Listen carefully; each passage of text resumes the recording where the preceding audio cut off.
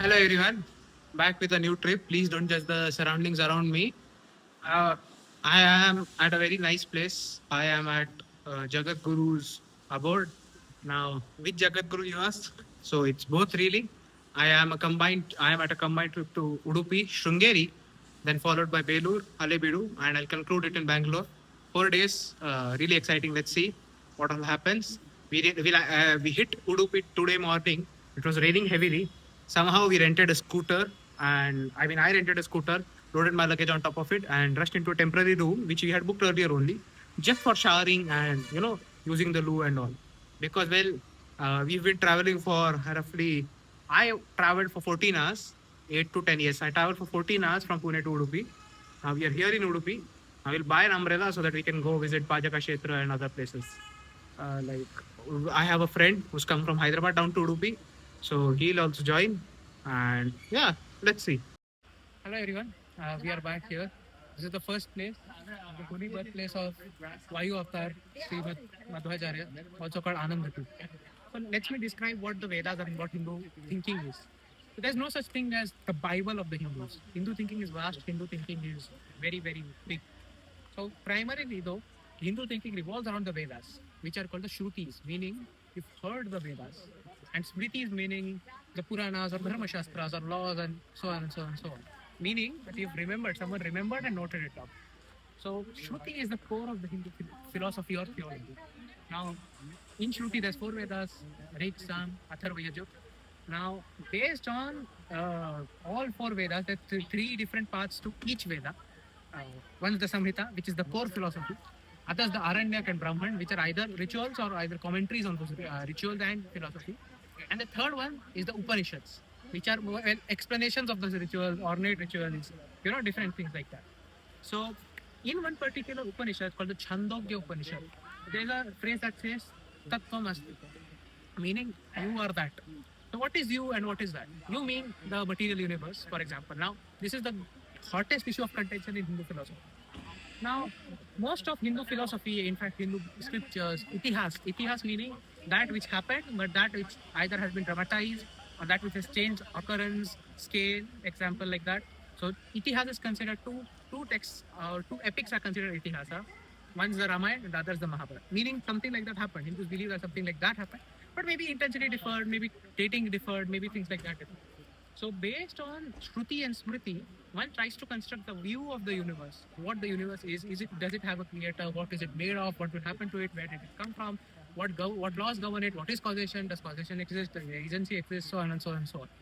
So, in particular, in the Chandogya Upanishad, you see Tattvamasi. Now, Tat means the Parabrahman. What does Parabrahman mean? In particular, in the Bhagavad Gita, Krishna is saying multiple times, I am the Parabrahman. I am neither Krishna, I am not Vasudeva, I am not the son of Vasudeva, I am not your friend to Arjun, I am the Parabrahman. Parabrahman means that supreme entity which governs the laws of the universe, at least that's what Hindus believe. Now, Adi Bhagavad Adi Shankaracharya was the first one to say this Parabrahman is the universe, meaning the material world we see around it is only a passing stage to what the grand stage is. The grand stage, in fact, is the Parabrahman itself, which is pure bliss and consciousness. And God also is an extension of the Parabrahman. So when you're worshipping an idol, you're not really worshipping that idol, like the material idol. You're worshipping the Parabrahman. Now, funnily enough, uh, this caused a lot of debate, of course, because strict ritualistic Dvaitins considered this thing as blasphemy. Because to deny existence of God, deny material God, means deny God itself. So Adi Shankaracharya called this Advaita, meaning there is no difference. The material world is only a Maya, it's a Mithya. And by Maya, it doesn't mean it's an illusion. It means that there is a higher plane on top of it, which is the Parabrahman.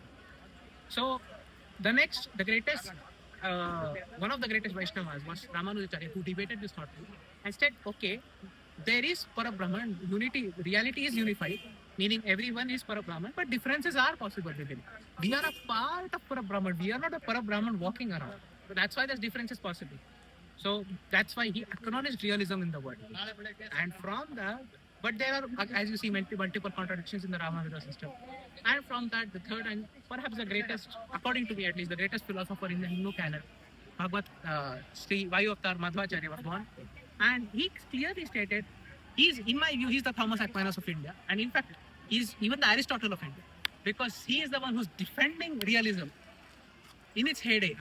He's defending realism. He's critiquing Adi Shankaracharya. He's critiquing him mercilessly, saying, in the Chandogya Upanishad, he says it has to be contextual. The Para Brahman and you doesn't mean you are that. It means you're similar to that, meaning you have that quality inside you, and you should strive and gain it. So he proved using scriptures in the Mahabharata and Ramayana that in fact Sri Vishnu is the Parabrahman. Sri Vishnu is the creator. Now this doesn't mean Shiva or he's denying the existence of other gods, but he's saying the supreme god, the master of the universe is Sri Vishnu. And based on that, these are two heavy schools of thought, and you must realize that this great difference in philosophy and this sophistication in philosophy it's very rare, and it is certainly found in the Hindu canon. Thank you.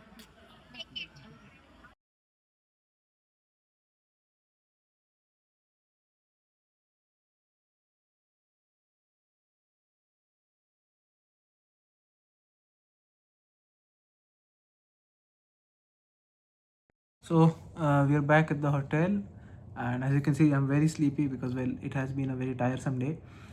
But I had to tell you one particular thing about Udupi and the Dvaita Vedanta tradition in particular. Well, uh, unlike Advaita Vedanta, Dvaita Vedanta is very decentralized, at least according to me, from what I saw. Dvaita Vedanta is not dependent on one guru. On the other hand, Advaita Vedanta is depending on a very small set of, like, the four Shankaracharyas are principal, and what they say has to go, that is final. On the other hand, Dvaita Vedanta is very it has quarreling factions, it has it has warring factions, and the three principal mutts or institutions that are propounding Dvaita Vedanta are, well, of course, the Uttaradi Mutt, second is the Raghavendra Swami one, and third is the Vyasaraja Mutt. So these three may have similar or opposing viewpoints on different stuffs. Similarly, the administration of the Sri Krishna Mutt, the mutt that Madhvacharya himself started, is divided into 8 mutts, meaning there's 8 different mutts, the Sode mutt, the Palivar mutt, the 8 different mutts who have a very interesting system called the Paryaya, right? It means that every 2 years, the administration of the Sri Krishna temple in Udupi, or the Mutt Sri Krishna Mutt in Udupi, passes from one mutt to the other. So this way, these 8 mutts at least stop quarrel, and they manage the temple in that sense, that what puja to be done, what shastra to be followed, and so on and so on. So if we can, like, this is a great example on autonomous temple management, and this is a century old autonomous temple management, this system of Paryaya, and it's a great invention. Additionally, I'm attaching some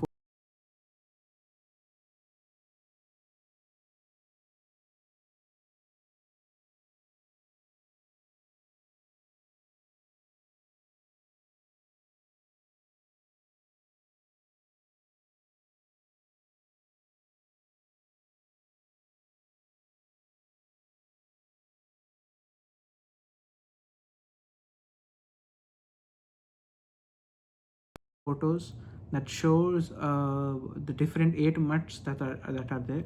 Additionally, in the Shiruru mutt, you will also see actual description of Vishnu's Mahima, and it was very nice, very interesting. So to see. So Udupi is basically Madhvacharya's Karma Bhumi. Tomorrow early morning we'll go once again to the Kankanakindi, the Kanak Khidki, and then we'll go and see Krishna, the actual Murti that Madhvacharya himself installed and worshipped. And after that we'll head to Sringeri. And tomorrow's day will also be a bit stretched, because tomorrow we plan to complete Kere Hanuman, Shankara Hills, and the main Shardamba temple itself. And then day after is another interesting day. But yeah, this trip is exactly like that, and let's see what happens. Bye.